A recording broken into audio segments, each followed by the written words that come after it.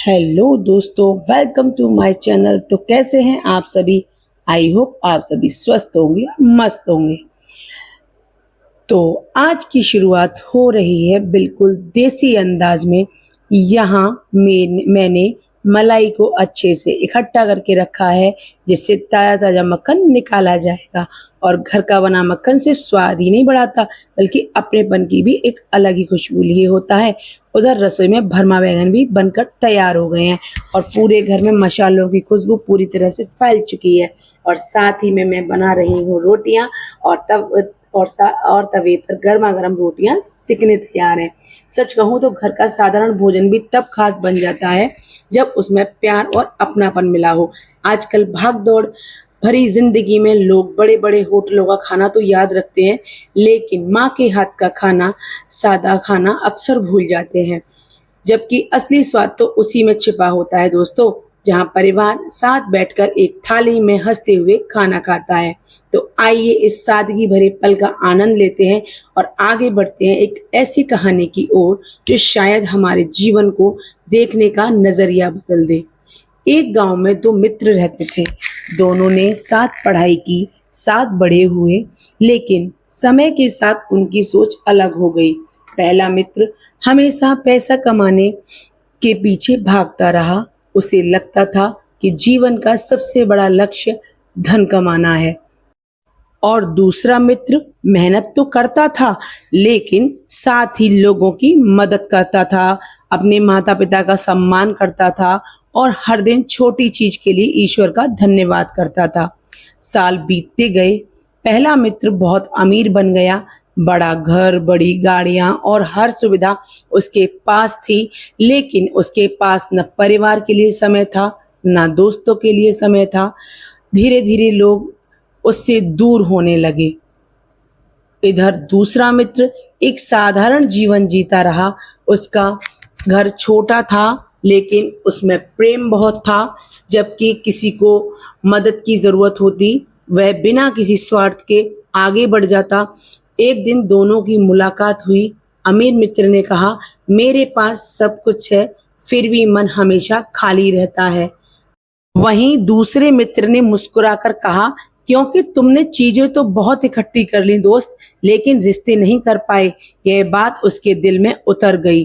कुछ दिनों बाद पहले मित्र की तबीयत अचानक खराब हो गई।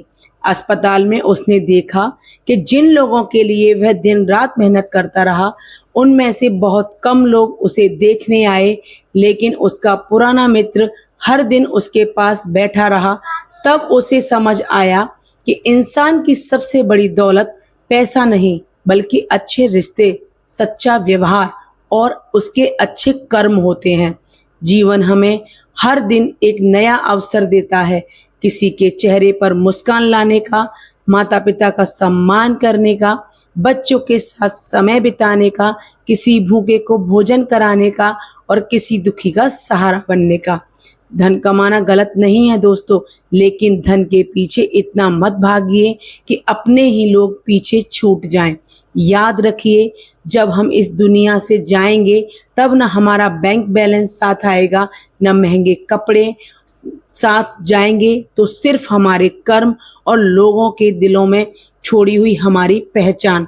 इसीलिए हर दिन अपने जीवन में 3 बातें जरूर अपनाइएगा: कृतज्ञता, विनम्रता और प्रेम। यही 3 गुण इंसान को महान बनाते हैं। अगर आपके पास कम है तो शिकायत मत कीजिए, अगर ज्यादा है तो घमंड मत कीजिए, और अगर किसी की मदद कर सकते हैं तो कभी पीछे मत हटिए दोस्तों।